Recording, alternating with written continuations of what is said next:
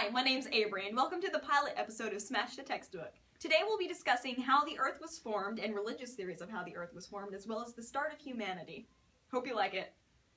Let's get started.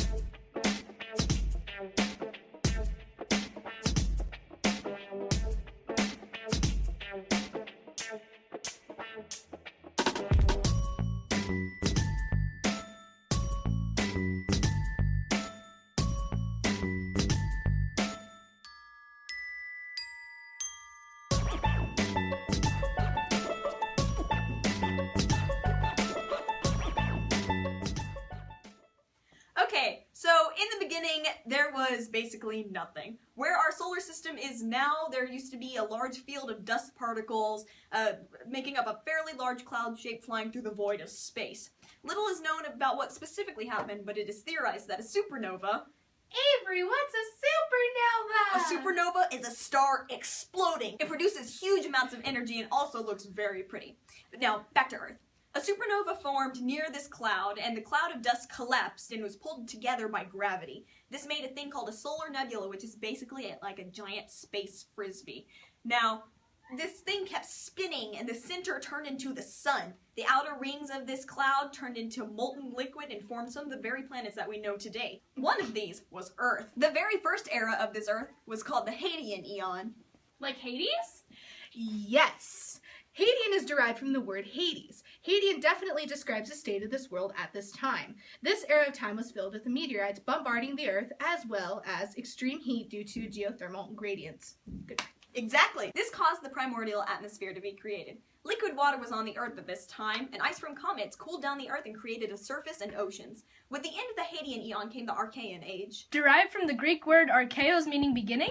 Right again, my oddly observant linguistic friends. This was the beginning of the cooling of the Earth and the beginning of life forms. During this time, the Earth's mantle was way hotter than it was today, like 2,900 degrees Fahrenheit hot. During this time, the continents were formed, but they looked different from what they look like today. In fact, you might have heard of Pangaea, but that was not, in fact, the first supercontinent.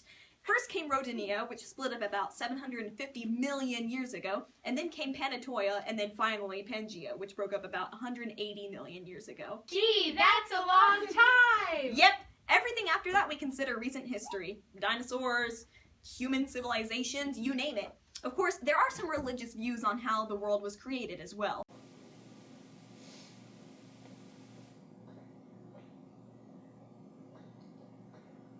The first theory is that of an electrical spark.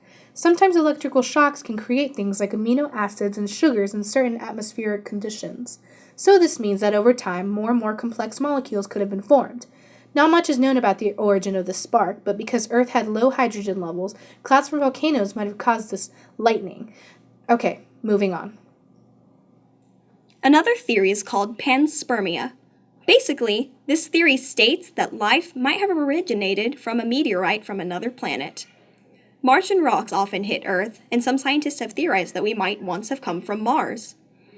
Others also think that we might have hitched a ride from a comet. Maybe our life even began in a different galaxy. Nobody knows.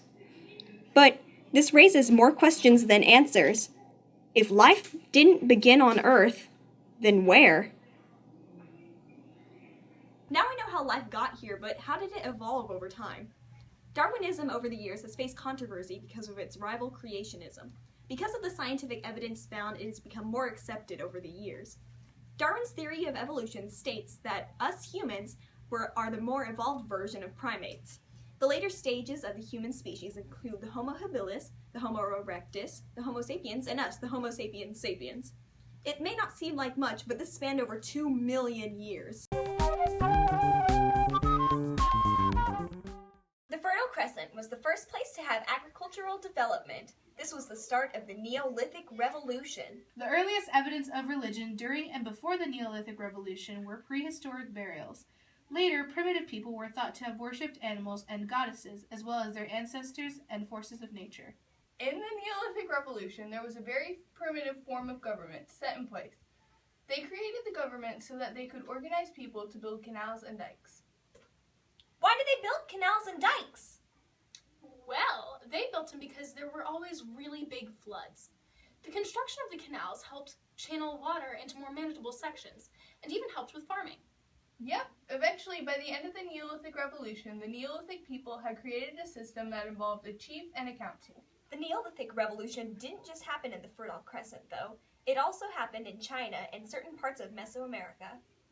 People during the Neolithic Revolution built all of their civilizations near freshwater rivers. This is why the Fertile Crescent was so popular. The Fertile Crescent has the Euphrates and the Tigris rivers running through it, creating ample water supplies. The flooding made it easier to supply water to the people of the Neolithic Revolution. We know Lucy dated back to this time, but how were we able to identify that? We'll have our friend talk to you about that.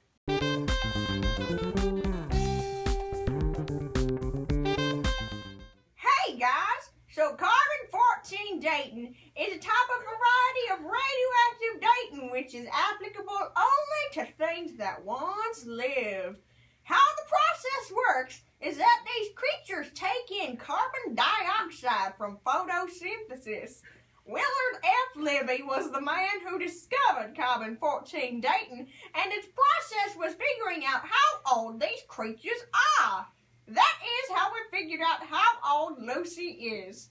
We were able to figure out that she is the first hominid specimen to have human joints but ape-like features, which gives a different perspective on the theory of evolution.